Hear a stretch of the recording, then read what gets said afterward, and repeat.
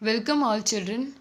As we were covering the topic magnetic properties, so this is the part 2 of that topic only, magnetic properties. So we have discussed what are the magnetic properties in solids and what is the reasons behind these magnetic property. So this topic we have already covered. So we'll further continue. Now, today we'll be studying about on the basis of magnetic properties, there are different 5 types of substances. So, whether the substance is having or showing more magnetic property or it is a weak magnet, on the basis of that, the substances are of 5 types. So, first one is diamagnetic substance. So, diamagnetic substances are those substances which, if we place in external magnetic field, if this is the diamagnetic substance and if I place this diamagnetic substance in an external magnetic field, then they'll possess a property known as diamagnetism. They'll possess a property that is diamagnetism. Now, what is that property? When they are placed in external magnetic field, they will be weakly repelled by the external magnetic field. The external magnetic field will push it backward. They are repelled by the magnetic field. This is what diamagnetism is.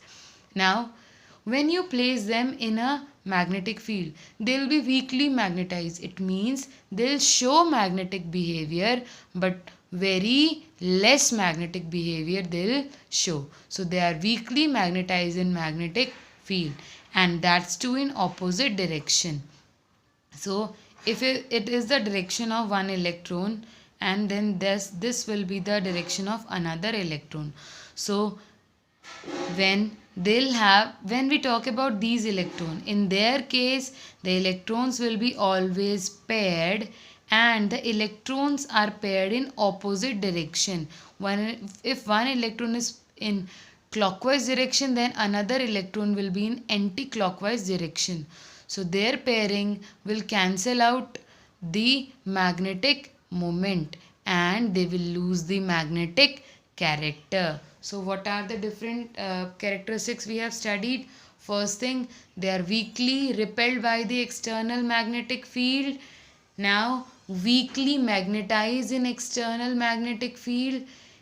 Paired electron they'll have, and that too in opposite spin they'll have, or they will be oppositely oriented, thus cancelling out the effect of magnetic moment and will lose the magnetic character. Examples of it are NaCl, H2O, TiO2 and C6H6. Now the second type is paramagnetic substance. Suppose this is the paramagnetic substance, and if I place this paramagnetic substance in external magnetic field, then they will be weakly attracted by the external magnetic field. They will attract towards the external magnetic field. While in diamagnetic they were weakly repelled, and in paramagnetic they were weakly attracted. Now in this what happened? The electrons are magnetized in the same direction. They are magnetized in the same direction. Although if the magnetic field is removed, they will lose their magnetic power. They will not show magnetism. But the main characteristic of paramagnetic substance is that they have one or more unpaired electron. As you have already studied in class 11th in the chapter chemical bonding, O2 is the paramagnetic substance because it possesses unpaired electron, and that unpaired electron will be attracted by the magnetic field.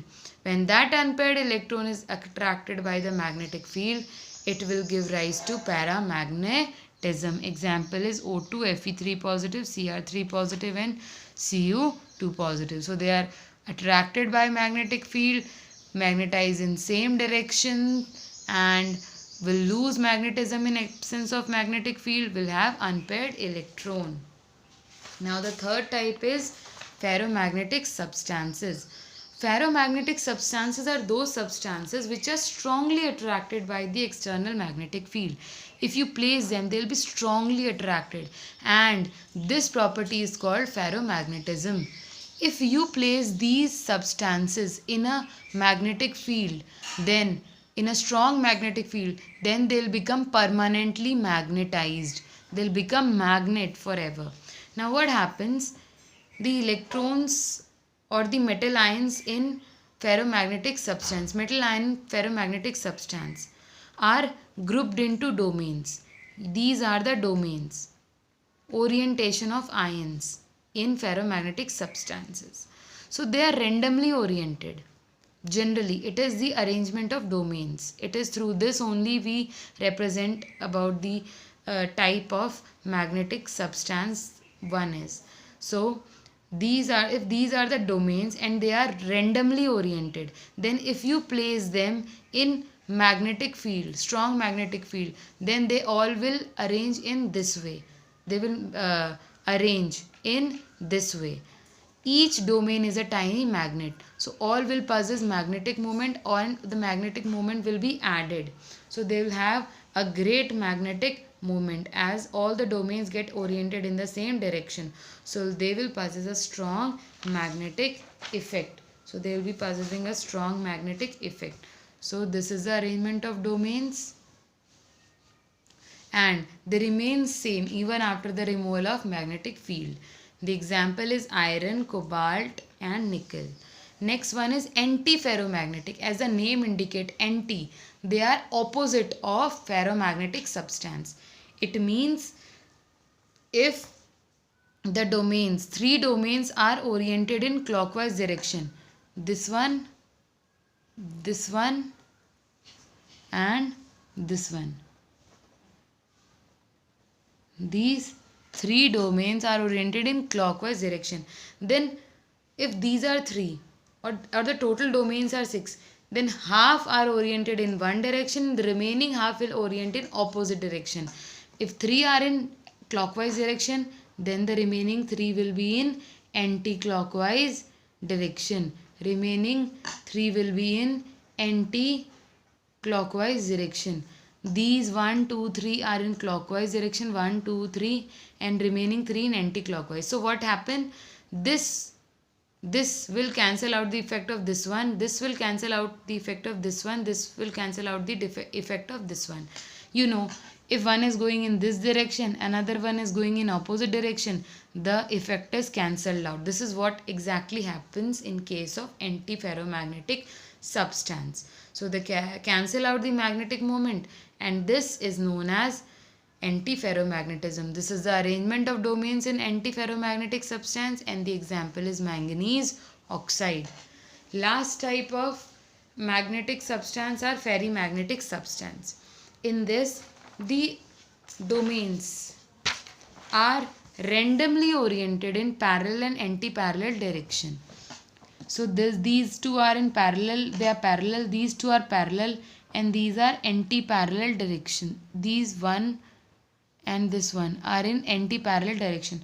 So the domains get randomly oriented. If you place ferrimagnetic substance in magnetic field, they are weakly attracted by magnetic field. They are also weakly attracted by magnetic field. But here you see, if we talk about the magnetic moment, what happens? This one, this one, this one, this one. 4 are in clockwise direction, but 2 are in anti-clockwise direction. So these two will cancel out the effect of these two.